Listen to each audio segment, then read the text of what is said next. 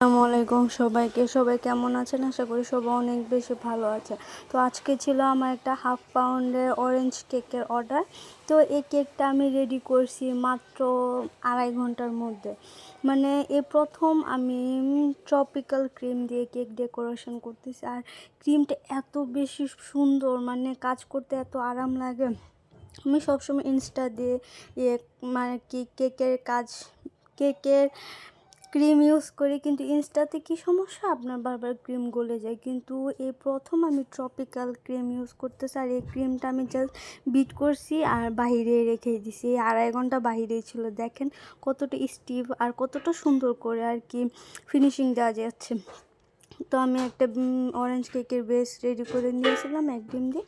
তারপর আমি ভালো করে ফিনিশিং দিয়ে একটা ছোটো স্টার নজেল দিয়ে উপরে আর কি ডিজাইন করে দিতেছিলাম। তারপরে বানিয়ে নিচেও স্টার নজেল দিয়ে বর্ডার দিয়ে দিতেছিলাম, কারণ প্রত্যেকটা কেকের সৌন্দর্য আপনার বর্ডার ছাড়া কেক যেন কেমন ফাঁকা ফাঁকা লাগে। আর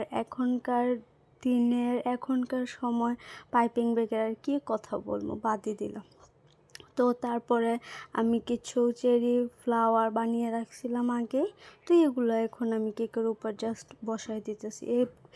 এই চেরি ফ্লাওয়ারগুলো আমি ক্রিম বিট করে সাথে সাথে ফ্লাওয়ার রেডি করছি। আর এই ফ্লাওয়ারগুলো বাহিরেই ছিল, কিন্তু আমি অবাক হয়ে গেছি, একটুও গলে নাই, একটুও নরম হয়নি। ক্রিম যেমনটা তেমনই, এত বেশি ভালো লাগছে। আমি এখন থেকে এই ট্রপিক্যাল ক্রিমই ইউজ করবো।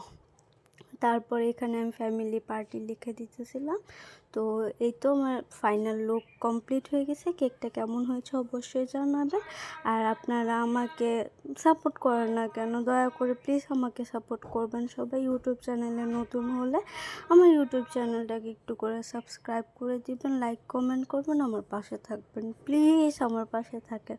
আমাকে 100 সাবস্ক্রাইবার হওয়ার তৌফিক দান করে দেন। সবাই আমার পাশে থাকবেন। Thank you for watching. আল্লাহ হাফেজ, বাই বাই।